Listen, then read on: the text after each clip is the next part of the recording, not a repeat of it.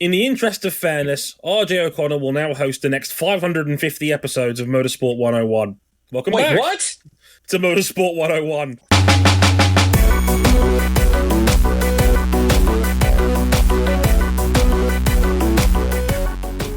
It's only fair, man. You've understood that message. Yeah. Sorry, the team order said so. We've got to balance the book somehow. I've got episode 614 of Motorsport 101. I'm your friendly neighborhood host, Dre Harrison. Look, RJ, it's more than fair. We're just covering the minus episodes of Madden Johnson when he was here. It works out about right. It's all fair. It's all balanced. It's all things should be. Purple rules. All right, so is this the point where we start plugging all of our our Patreon and such?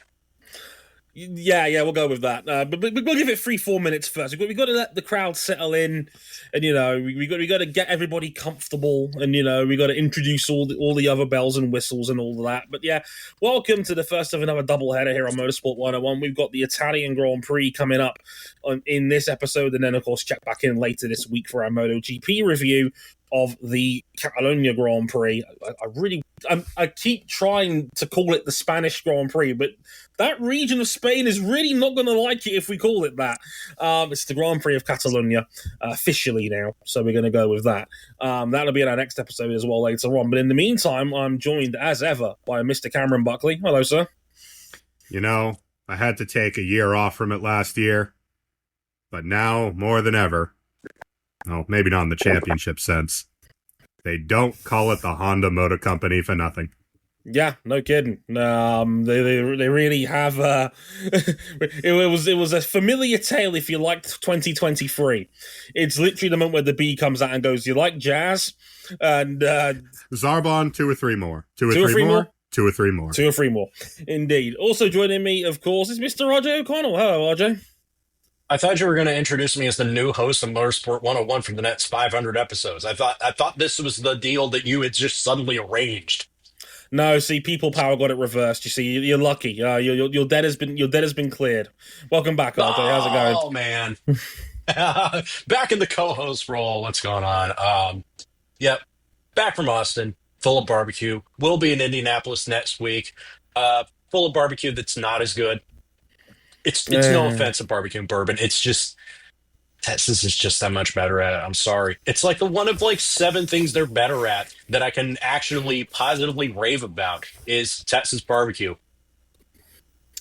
Look, if you're gonna brag anything on this show, Texas barbecue is high up the list. This is more than understandable. I cannot blame you for that opportunity when it presents itself to you. I do need to knock off points because, look, I thought going with a side of beans, and not too many beans. I don't want to go all Nancy Mace on it, but what I will say is just a little bit. And even then, the pinto beans as a side did not taste good. Thankfully, I got macaroni and cheese as my first side, which was a smart play. That's the most elite of barbecue sides. Yeah, you get, it's either cornbread or you get the mac and cheese, either or. Those are the elite barbecue side options. We don't do cornbread here, so I always go mac and cheese in the UK. Whenever I have my birthday barbecue, which is now becoming like a Dre tradition in my household, we always go mac and cheese. That's just how you do it, quite frankly. It's the only real correct answer. Real. How was Austin otherwise? Because I know you were down there for the World Endurance Championship. Given what we watched. Besides damp, obviously. Yeah, I was not expecting it to be that damp for Sunday. As I was looking at my phone before, Sunday morning, Saturday night even, I was thinking, okay, it'll be a little bit of drizzle during the race, but I'm sure it'll let up. And it didn't let up until the last 30 minutes or so. No, it was soggy all Sunday and I'll take that over it being 100 degrees in Old Money and freaking roasting out there on Thursday and Friday while I'm walking in the fan zone to see what they've got set up, including Big Mate. Big Mate. You love to see him. We've replaced it with a big horse, because that Mustang is a chunky beast. Mm-hmm. The thickness. The thickness is very much real with that. The thick stang. You love the thick stang. Especially when he got the 1-2 in qualifying. That was we were hootering and hollering in the Discord server. Not as much as I was when, I don't know how much longer, given recent reports, recent being today, that I get to enjoy this. at least in a world championship context. But the insane Kevin Estre bullshit was alive and well. I can imagine a lot of people were talking about when James Collado talked with the media in the Met Center saying that contact should have warranted a penalty. Oh, I think that's adorable. That's the Ferrari fan saying that. I don't even need to add anything, honestly. Yeah. What more needs to be said? Could be worse. Could be the number 12 Cadillac. Ooh. It was going so well until it very suddenly wasn't. Indeed. Let's talk a little F1 because we had the Italian Grand Prix from Monza, and which I watched before. Which you watched? I watched it before the WEC was on. Got it out of the way before my coworkers even got into the media center. Sorry to put you all on blast, but it's true. I am the first man in the building out of the three of us. Yeah. Well, we had to get through it somehow. Although, to be fair, at least it was certainly a very quick watch. Indeed. We'll talk more about that in a minute. But, Max Verstappen back in the winner's circle for the third time this season. I don't think anybody saw that one come in on Thursday, let me tell you. But, of course, McLaren making a complete horlicks of things again with a team orders controversy because McLaren's never done that before. No, never. Not at all in the last year and a half. No. And a usual Ferrari post-mortem. We've also got a little bit of Mercedes drama as well because even Toto is starting to get fed up with his new prize toy. More on that in the next 45 minutes or so. But until then, here's the places you can find us in the meantime. We're on youtube.com/Motorsport101. We're on Facebook.com/Motorsport101. We're on Twitter at Motorsport_101. If you to follow us personally on Blue Sky, you can at Dre Harrison, .bsky.social, RJ O'Connell, and C Buckley917, the other usernames involved. You can follow us on Instagram at Motorsport101pod. You can also follow us on TikTok at M101_podcast. And hey, you can also check out the website, motorsport101.com, for written versions of all of our content as well, including reviews of the Italian Grand Prix, MotoGP's Grand Prix of Catalonia, and part one of my three-part IndyCar season review, the yearly tradition, as ever, as a good time for all involved. Part one is now out. Part two will be out same time next week on Monday. We're already halfway through it as I got this. I'm in a good writing flow. In the last couple of days. Even the stuff you've written about, the information that accompanies it changes in real time. Because remember, we're still in the midst of silly season. Yep. We are I've already had to make 2 amendments to that first part already. Thanks, Robert Schwartzman, for saying no. Actually, I'm really happy here in America. I promise. Well, see, you always are when you rep that flag. Well, at least Dre doesn't have to edit anything about Graham Rahal. No, that section's locked in. Probably. That's for sure. Check that out if you haven't already on the website, motorsport101.com/blog. And it'll be interesting to see if that part makes the final edit or not. Also, you can follow us on our Patreon page, patreon.com/motorsport101. You can back us at the $5 level to get all of our content in. You can also back us at the $10 tier to listen to these episodes live as they're being recorded, as Kira, as Raptor, and as Jason are doing so right now as we speak. Hope you guys enjoy the show and the references we can't say directly on the podcast. So, without further ado, let's get into the Italian Grand Prix. This Grand Prix was simple. It was one of the simplest Grand Prix we've ever had, with a complicated finish. Max Verstappen took the early lead from pole sitter Lando Norris at Monza, and he pulled out a second lead in the first half of the race. But with 15 laps to go, Max switched to hard tires while the McLarens waited to put the soft tires on. Norris was given priority to pit first, but gave it up so that Piastri could ward off a possible undercut from Charles Leclerc. Norris came in, but a faulty wheel gun dropped him behind Piastri in third, and McLaren then asked Oscar Piastri to concede the position to Norris, which he obliges, leading to Norris finishing second, Piastri in third, behind Max Verstappen. A dominant vintage performance, winning the fastest ever Formula One race in the 75-year history of the World Championship by 20 seconds. The race itself was only 73 minutes long at an average speed of 155 miles per hour. This Okay. only one day after setting the fastest ever lap in F1 history. Yes, he beat the W11's track record from 2020 in the last year of these cars. Ignore the fact that the track's been resurfaced. It definitely is faster than it was then. 119.7, and that was an average speed of 164 miles an hour. Schmovin'.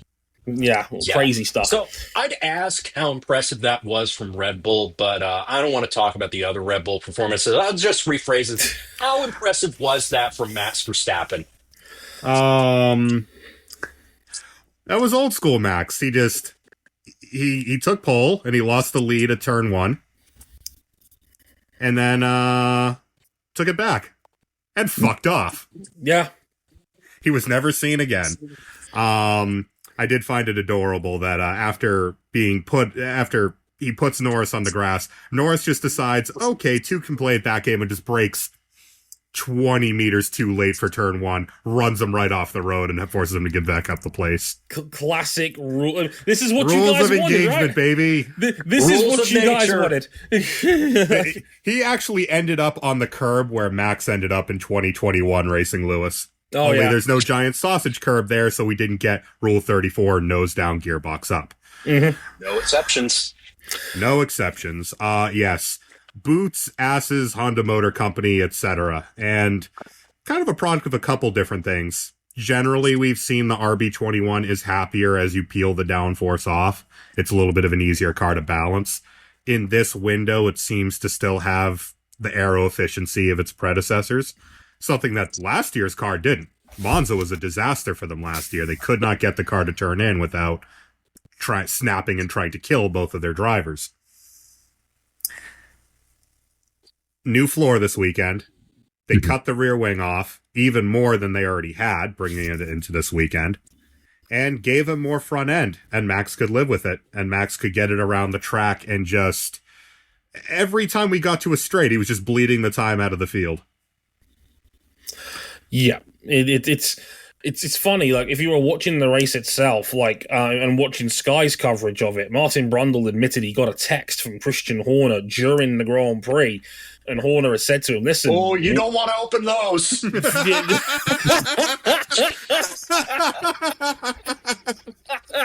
Whoa, my bad. Whoa! Again, it'll be interesting to see if that makes the final edit. That's going to be a tremendous end of the year blooper reel clip. Bang! What a shot by Curry! No, I was going to say. React that one, So man. it's only the second biggest shot that's been made today. No, Oh, now this is definitely not making the final cut. oh, I think it will be. No, I was going to say, Christian Horner sent a text message, which is normally a dangerous bit of territory to walk on, but he sent it to Martin Brundle during the race. Thankfully, it wasn't his penis. But what he did say in that message was that they'd actually been working on the low downforce package since that Grand Prix last year, where arguably it was Red Bull's worst race of 2024, and they were really, really struggling. But they've been working on it since then, and this was the first time they've really had to go and use it alongside the new floor, and it worked a treat. It really did work out. So a tip of the hat to Pierre Wache and the Aero team at Red Bull, because this was the best I think the Red Bulls looked all season, quite frankly. When you can get it into that balance window that we know Max likes with the too much front end, he can still do the classic Max magic with it without torching the tires. He can get lap time out of just about anything, but the way he's had to work that car a lot this year, he just ends up chewing the front tires off the rims. To mention something about the other Red Bull, it wasn't great. It wasn't great. I'm going through this. I'm going through this shit again, man. I went through this for years. Well, they were on. Honestly, qualifying didn't go too bad for Yuki, but then didn't really have the speed to get through the pack in the race. Came out of the pits, fought Liam Lawson, got a whole bunch of floor damage. And if you've got floor damage at Monza, with how much you've already cut the downforce off of these things, you're in for a long afternoon. Mm-hmm. And it was. And it hurts. And that's all I'm going to talk about it, because if I talk about it anymore, I think I'm going to cry. You know Yeah. what? I've heard you, Cam, before Mm-hmm. we move on to the next point, I need to say something here. Now, you've gone on about how much of a mistake it is and how awful it is that Red Bull and Max Verstappen specifically are going to sign up in 2026 with a Ford Red Bull powertrain that we don't know if it's going to be any good. Probably not. But I'm out here thinking they're giving those Honda power units to Celtic Shack and Lawrence Stroll. What's the bigger They're giving waste? Honda. There is two pieces of that Red Bull that I know are still working: the bit shoving it down the road, and the guy in the one car turning the steering wheel. If nothing else is working on those cars, I know two components that are. I think Red Bull's going to feel real bad about it, because everything we've heard about the Ford Red Bull engine is that it's not going to be where it needs to be. And Honda, well, 2025 Paul George highlight reel. I was going to say as well, Lauren Meckie has talked about it during the weekend, and even he was admitting it would be an unrealistic expectation to expect their power unit to be on the same level as Mercedes and Ferrari, their main competition for 2026, which, again, is pretty much... Like, I already like Lauren Meckie because he's not bullshitting anybody here. He openly was just He's a technical guy. He's not really going to sugarcoat much, and he's basically said, yeah, we've got work to do. And if they're already thinking that they're off of Ferrari, who they themselves have not sounded that confident about the new rules, I don't think it's going to go so well. It takes time. Remember what Honda power units looked like when they were attached to one McLarens? decade ago. Yeah. It's been a decade but since... it took a It's going to while. be a decade since GP2 engine. That's terrifying. That man ruined international relations between engine supplier team and himself. And it came back to bite him in several Indy 500 And I mean, look, later. like, it took Honda 3 major redesigns, really 4, to become a title contender. And it took them also coalescing all of Honda as a company, their jet division, their motorcycle division, and their racing divisions over in Japan with the GT500 engines, to all work together on this to get it to work. It took a while, even under those circumstances, and also a literal infinite budget. Yeah, that's my tangent for today. I don't know what I look forward to less: the second Red Bull seat with Ford powertrains, Ford racing powertrains, or those Honda power units not giving Fernando Alonso at age 206 his first win in over 13 years. Because I say this as an Alonso fan, it's not happening. It's done. We're done here. It's LeBron James and Space Jam: A New Legacy. It's a shame because Alonso... I was going to say, it's a shame because Alonso was driving his nuts off in that race, in the points, until he drove over a curb the wrong way and it broke his front suspension. He didn't even drive over the curb the wrong way. It just went. Yeah, just out of nowhere. Just pop. Yeah, it's crazy. To say nothing of Nico Hulkenberg, who didn't even make it around the formation lap before he was forced to retire from the car.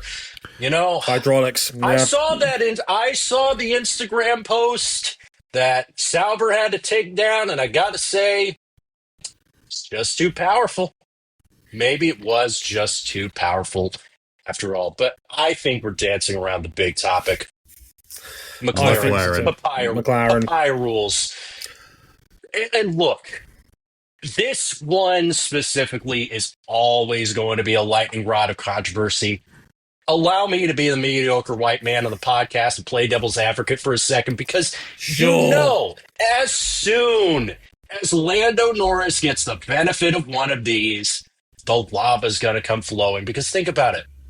Norris has been McLaren's guy since 2017 when he was a European F3. He's been the apple of their eye for almost a decade. He's been with this team his whole career. He got the long-term deal and everything. And Oscar Piastri was a guy they never thought they could get, but they got him because Alpine write their contracts on tissue paper. That's right. And who is Oscar Piastri the protege of? Oh, just Mark Webber, one of the most notorious number two drivers in recent Formula One history. The guy who was involved in spats over team orders with him and Sebastian Vettel for like the last 4 years. And like, I imagine for some people, this is when the ball dropped for them and they realized Oscar may be leading the championship, but that's the moment he realizes he's Rubens, he's Mark, he's Felipe, he's not number one guy. I completely disagree. Me too. Teeing it up. The worst thing is McLaren doesn't have it in them to do that. Because this is coming from a completely different place. I think Zach Brown so desperately needs to be liked. I think McLaren as a team are so desperate to be liked. And anything that could be perceived as unfair, they are trying to avoid by any means necessary. Yeah. Even if it means committing something that isn't fair, because it's not on Oscar that Lando had a slow pit stop. Yeah. And It's someone not at Lando that McLaren ran up. needs to just figure this out for a moment. Motorsport is not fair. Dog, it never has been. What's next? You're going to ask Oscar to just detonate his engine by revving it up to 24,000 to make it fair to balance the books for Lando's retirement in the Netherlands? I've got some thoughts on this. I've been saving myself here on this pod for the most part. The thing is that the startling irony of what's becoming papaya rules is that Zach Brown is trying so hard to make this a happy fun times team that everybody gets along. And look, a part of me actually respects the fact that everybody involved has bought into this largely for the most part, since the two of them have been in the upper echelon of Formula One since really the start of 2024. That everybody has kind of bought into this shit. But you will never be able to convince me that it's not completely ridiculous that McLaren asked the championship leader, with a man with a 34-point lead going into this race with 8 races to go, and tell him, please give up a 6-point swing to help your teammate out because we screwed up one of our driver's pit stops. And then Oscar obliges to it. How is that not weird as shit? Quite frankly. It is weird. Max Verstappen and Lewis Hamilton tried to kill each other here 4 years ago. They would die for this stuff, man. Are you willing to die for this turn? Somebody will. Yeah, look,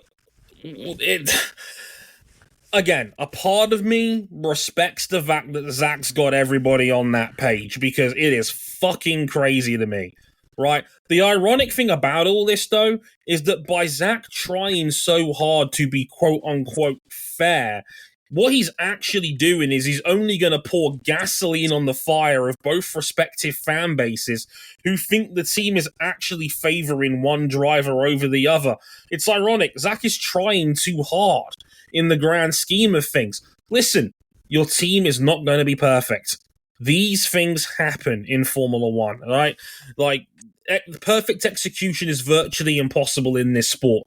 There's human error. People are going to screw up. It happens every once in a while, right? My concerns about this is, one, how far do you stretch the definition of fair? Because we just had a Lando Norris cut oil line that just cost him at least 18 points out of what happened in Zandvoort, and has just made Oscar Piastri an odds-on favourite to win the championship now, right? I didn't see anybody out here atoning for that after McLaren made an error of the way it packed Lando's chassis, right? Now, I'm not saying that, that's something that they should rectify, but what the precedent that they're setting is potentially an alarming one. Like, if the gap was 10 points, rather than 35? Would Oscar have been so keen to give up that massive point swing? I'm not so sure. If it was the second to last Grand Prix of the year, is Oscar coughing up that second place? I'm not so sure on that one either. Ultimately, we are here to win the World Championship. This is the Drivers' Championship battle, the ultimate prize of being in Formula One, and it's more than obvious that it's going to be a McLaren driver that wins it one way or the other. I can't believe that they are giving up such blatantly obvious advantages here. And honestly, I feel like Zach is delaying the inevitable. I know these two are largely Someone's quite going to have to lose this championship at some point. Right? They can't be co-champions. It's not the first year of the Indy Racing League. We don't do that. Get out of my head. Remember Le Mans a few years ago when the number 7 Toyota, because of course it was the number 7 Toyota, had a tire going down and they changed the wrong tire? Mm-hmm. Uh-huh. You know what Toyota didn't do? They didn't tell the 8 to park up on the side of the road so the 7 could get their win back. No, because wasn't that the year where Alonso was in the 8 car? So you know they wouldn't have asked him to park and pull over. You kidding me? Yeah, sure. And the funny thing about it is, for all the people that want to insist there is a bias one way or the other, that they want Lando to win the championship, like, the thing is that they've already been inconsistent in the way they've managed quote-unquote papaya rules. Let me go back a little bit for a second here. What happened in Japan when Oscar Piastri was running third? He asked for a swap. He was declined. Mm-hmm. What happened at the British Grand Prix at Silverstone earlier this year when Piastri got a 10-second time penalty for brake testing Max Verstappen behind a safety car? He asked for a swap. It was declined. So, what precedent are we allowed to swap the cars around under papaya rules? How far are you going to stretch that definition to, quote-unquote, make it fair? The fairest thing, in my opinion, that McLaren can do in regards to team orders is shut the fuck up, leave both sides of the garage separate, and let them race. It really is that simple. They're so scared of being perceived as biased that they're doing things which could be perceived as bias. And not to bring up old lava, but 10, 15 years ago, McLaren was always thumping its chest about, we are not the team that resorts to team orders. We are the team that lets our great drivers race on equal terms. They're still trying to do that by enacting team orders to make sure they're still fighting fair. We're having the same arguments we had in 2002 about should we ban team orders from the sport? We already figured out we can never put that toothpaste back in the tube 15 years ago. Fernando is faster than you. Yeah, do you want to check the gap between Alonso and Mazda in that year's championship? Yeah,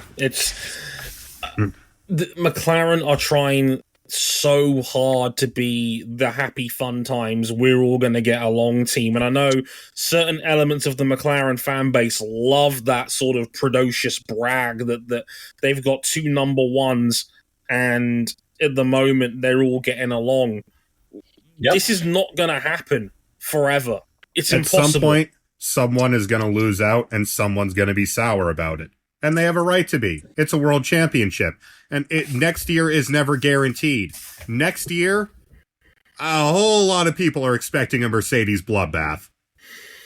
This might be Lando and Oscar's, for now, last shot at a championship. We just don't know what next year is going to look like. And you're asking a world championship leader with a healthy lead to give up points to help out his direct competitor. Joel Embiid was taking time from his busy schedule of not playing basketball to weigh in on this. That's crazy. Oh, it would have been. I was half expecting a comment from noted not New York Knick Ben Simmons.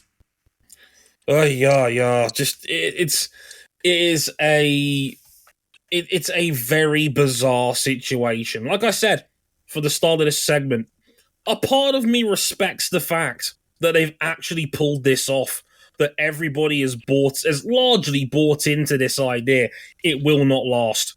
I guarantee you it will not last. And this shit would not be going on if Max didn't have a pair of really poor races a couple of rounds ago and was still in striking distance for the title. They are able to do this.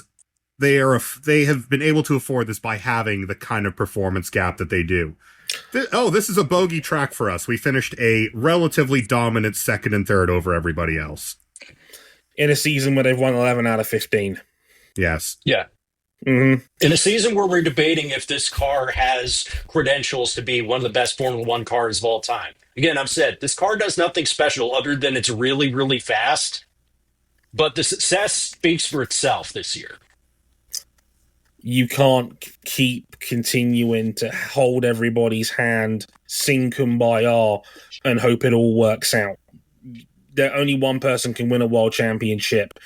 And yeah, you are not going to be able to keep that genie out of the bottle forever.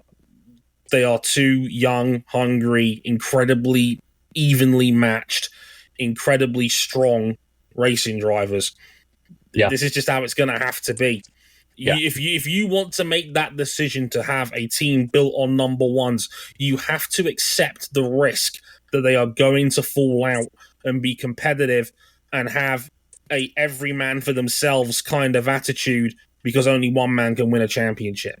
That is how it is. Yep. McLaren figured that out the hard way when I was just about ready to pop out of the womb. Mm-hmm. It is what it is. Good luck to them. Speaking of good luck to them, Ferrari.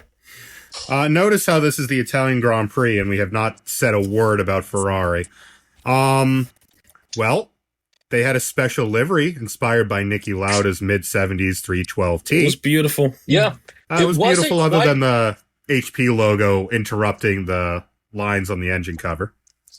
They allocated two Monza-specific rear wings, and they're classic Ferrari turning up the engine at Monza every year. Let's see. Spicy fourth and sixth. Okay. Spicy getting their ass completely beat by two other teams. Spicy, checking on my phone here. Oh, they were fastest in FP1 because they had the engines turned up all the way. Good for them. That is spicy, like the most mild marinara sauce. Okay, it's not the most the white bread gives it a insulting. little kick. Not the most insulting thing to Niki Lauda's legacy since the time Lauda turned up at Boeing headquarters during that investigation. But this was massively underwhelming. Yeah, they had all the straight line speed. Oscar Piastri annihilated Charles Leclerc around the outside on lap 1. That's how downforce light they were going. That should have been the indicator right there that Ferrari weren't getting shit today. Oscar Piastri goes around the outside of you. Lesmo 1. The outside of... That's humiliating. That's getting your ankles broken on a street ball court. Come on, man. LeBron that's dribbled it through humiliating. Thompson's legs. Oh, man! It's playing a game of football on a street ball pitch and getting nutmegged, and then the guy shouts nuts as he walks past you. That's what that is. Man broke his ankles. That is humiliating. And look, Charles did Charles things. He salvaged fourth. It was the best he could have gotten on the table, really, given the state of that Ferrari. Hamilton ended up in sixth. I'm starting to think that heads are gonna have to roll in that Ferrari camp if they don't hit the ground running early next year when the new regulations kick in. They're gonna want Fred's head if this keeps up. I know a lot of Ferrari fans that have already had enough of this regime. Just one more team principal will fix it. One more second driver, because they're interested in Oscar Piastri, as everyone should be at this point. One more technical director will fix it. One more wind tunnel will fix it. One more belt in the Toyota wind tunnel will fix it. One more engine redesign will fix it. Ferrari are not getting fixed, Harrison. You don't think I don't secretly know this in a team that hasn't won a world... Cowboys of Formula One. Like, you don't think I don't know this as a man who supports a team that hasn't won a world championship in 17 years? I mean, come on now. Like, It could never be me. It could never be me either. I mean, who would do such a stupid thing? Yeah, but on the bright side, for John Elkann just got community service and a cool 183 million euro settlement for potential fraud. Yeah, apparently he didn't tell the Italian government he picked up a $750 million inheritance from his dead grandmother. And that's only the second shocking bit of news to come out in this podcast recording. Oh, the other bit's not that shocking if you really know about it. Again, patreon.com/motorsport 101. Ferrari is not looking so hot. Disappointment, immeasurable sadness, etc. Here's the deal. If Ferrari weren't going to win here, dumping an entire aero package, engine run, special livery, what have you, I don't know if they're winning a race this year. They won the sprint in China with a car that would have been illegal in a Grand Prix. They're not winning a Grand Prix. Where between now and the rest of the year they're going to beat McLaren straight up? This was a poor round. This was a poor round by McLaren, and they still comfortably beat Ferrari. You can never rule out a Baku shit show. If we're talking Baku shit shows, fate of the universe on the line, Martian's got the death beam pointed at Earth, give me Max Verstappen. Yeah. That car, even when the Red Bull's bad, it goes well in Baku. They find a way. They find a way, and Max is peak sicko at tracks like that. Anyway, back on topic here. The other team in the top four, Mercedes, who had a pretty equally quiet weekend, little too draggy for this place, held on to Ferrari for a little while, couldn't beat him. And the other thing here is Kimi Antonelli finishing ninth. George Russell was fifth, but it's been a year since we first saw Kimi Antonelli in the most impressive FP1 crash on the opening lap of his first F1 practice ever. There's just so much raw pace, the car couldn't take it. And look, we knew that there was the potential that he's not the finished product in year one. I think we all kind of expected this. We know the upside, but can you expect all of that in year one? But Trey, tell me that Toto Wolff is not already willing to give up on this dude after just 3/4 of a season, right? I'd love to say no here, but for the fact that even Toto, after the race, just straight up said Kimi was not impressive, it was just a bad race from him. I wonder if the honeymoon period is already over for Kimi in that Mercedes camp. He's struggled a fair amount, even around that podium in Canada, which was a great result, his best in F1 so far. Around that sort of time, before and after, he's been struggling for a little while now. They are putting him in increasingly precarious situations. Like, they tried to get him into Q2 on mediums, and that was a very bad idea that they had to abandon halfway through. And it didn't help a couple of weeks ago when we went to Zandvoort, and then George Russell came out and said, oh, it wasn't my seat that was in trouble in those negotiations, it was Antonelli's that was in trouble. And it echoes to me of what I think is becoming a larger problem. And for me, what I think the larger problem here is that the vibes at Mercedes feel off right now. It feels like Toto is trying everything in his power to snag his white whale, and that's Max Verstappen. And it feels like it's an obsession to the point where he's going to alienate the drivers he's got in his own camp if this keeps up. Because no one has talked more shit about their contract scenario than George Russell this year. I've said it before, the only reason we got Verstappen, will he, won't he, talks about leaving a year early was because George said he hadn't even been offered a contract by Toto in Austria. Ironically, Toto's own backyard. That's what set off all those conversations, because, well, if George Russell's not been offered the contract, is Max going to come next year early? Is that what's going to do this? Like, in that sense, Toto has kind of known exactly what he was doing. There was always going to be a small, above 0% chance he could talk Max around into coming a year early. And ever since then, it's been messed up in that George had to complain and bitch and moan to the press whenever they've been prepared to listen about an extension. Apparently, they've agreed on one, but it's only for 1 year. George Russell is a genuine driver of the year contender right now, and you've put him on a 1-year extension? What are you doing, Toto? You're asking for this man to quit. Guy who outqualified Lewis Hamilton 2 of the 3 years that he was there. Guy who is smoking Kimi Antonelli over low to medium heat. We've had 4 years of George Russell at Mercedes, and he's been excellent in 3 of them. For me, he is a top 3 driver on this grid right now.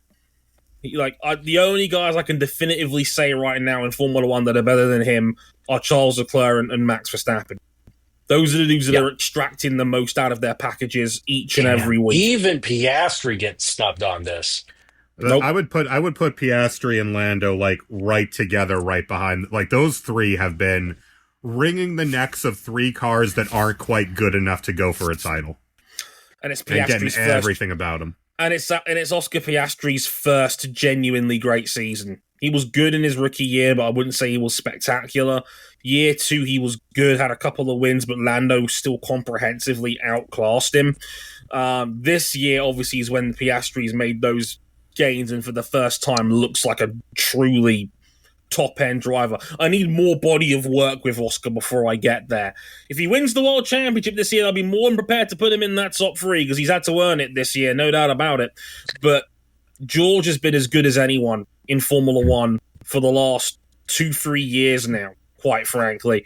And I'm not saying that Toto is wrong to go after Max. If you've got a chance to get him, you get him. He's the best driver in the world. Yeah, one fan base in particular will say that Toto Wolff has been in Max Verstappen's corner for several years without him even driving for the team. He's wanted him there since 2014, RJ. It's true. It's been over a decade of this. He missed out the first time in 2014. He doesn't want to miss out on the opportunity again. This is his white whale. And it's getting to the point where he's alienating a generational prospect and one of the 2 or 3 best drivers in Formula One that has been developed solely through Mercedes and a partnering team in Williams for George Russell's career, who's now entering his prime at 27 years of age and is driving at an exceptional level right now. I don't get it. Eventually McLaren had to give up the ghost and say, you know what, maybe we don't want Michael Schumacher after all. Lord knows they tried. Yeah, just I don't get what Toto is trying to do. He came out the other day and said, if you're saying I'm only going to drive faster with a 2-year contract, then that's the wrong mindset to have. No. Why are you trying to put your star driver under unnecessary pressure? Why? What do you gain from that? Let the man cook. He's driven perfectly well under long-term contracts, and he clearly wants to stay. It's not like he's sitting down with Aston Martin or Ferrari and saying, yeah, guys, come and get me. No, he clearly wants to stay here. He likes Mercedes. And if he doesn't end up staying there, either of those teams would do extremely well to snag him. There's for me, there's 2 better drivers in F1. That's it. Right now. The guy walked into Mercedes and was on Lewis Hamilton's level. What more does he need to prove? Yeah, I don't get it. I got nothing else to add there. Let's move on. We got one more thing to talk about. It's comments from Stefano Domenicali of FOM, who the lead up to Monza announced that the sport is considering major changes to the racing format in the future, including, but not limited to, less practice time, possible reverse grids for sprint races. I think we've all heard these a while, but the big one that we hadn't heard for a while, shortening the Grand Prix themselves. The reason? The need to placate younger fans who have, quote, Smaller attention spans.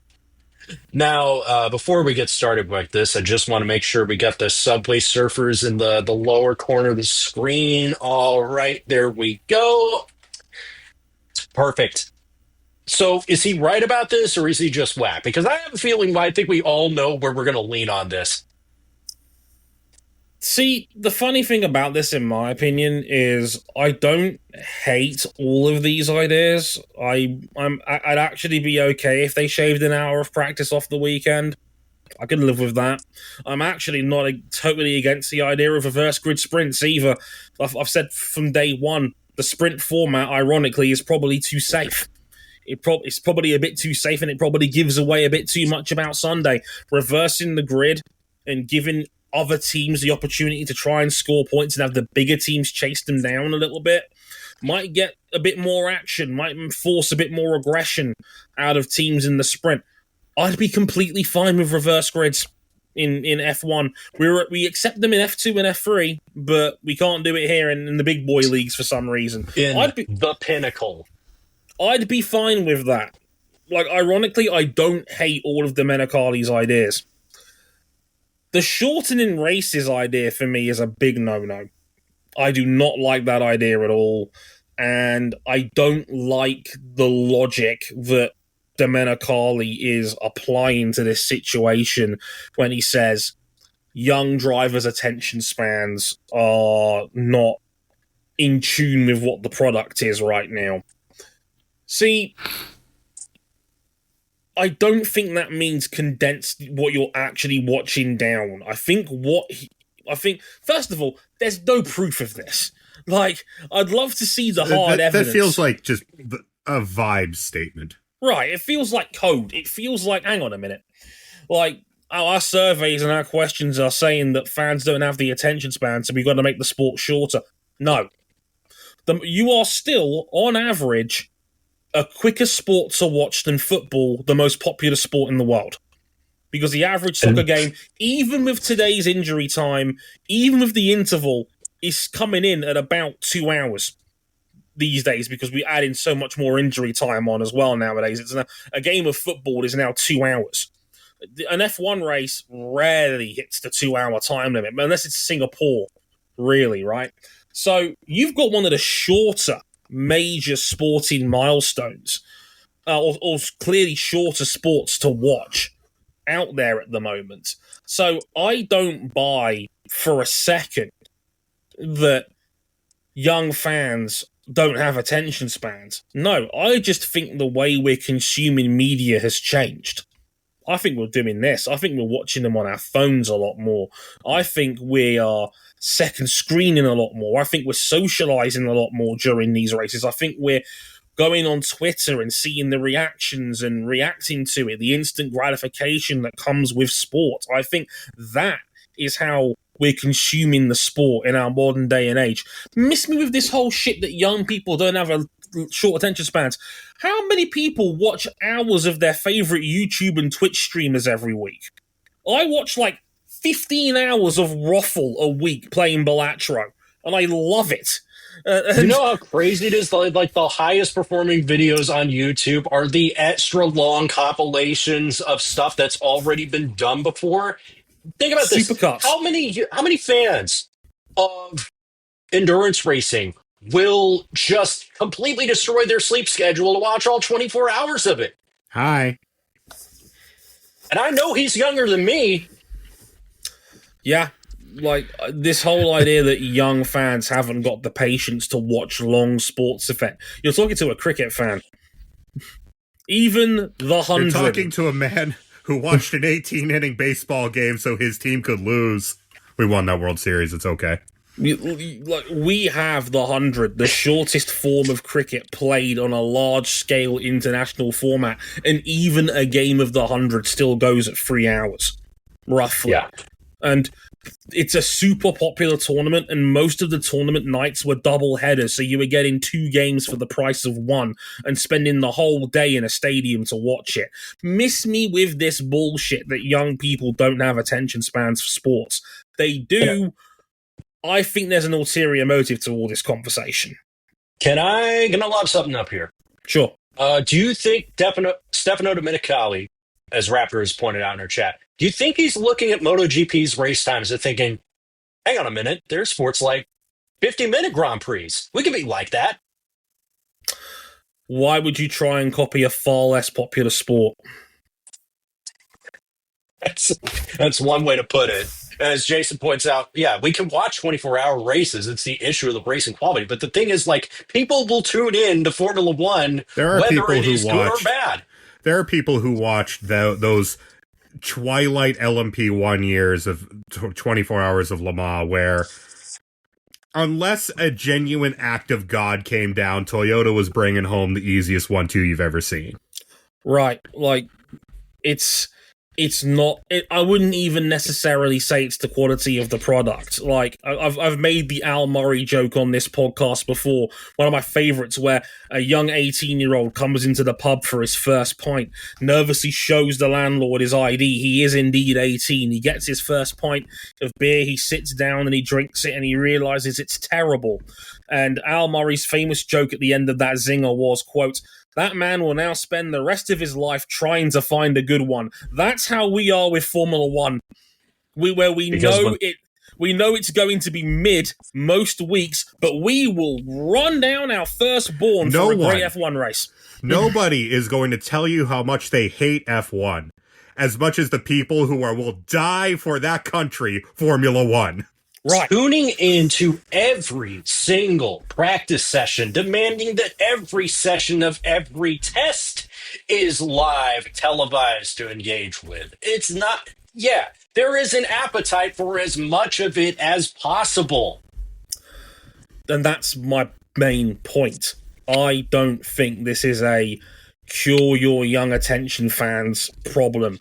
I think this is a you want your cake and eat it problem, because you want to ride the quest of the wave as to where social media is going, because every social media site nowadays looks the fucking same, and they're all being told pivot to sodding video every 2 seconds.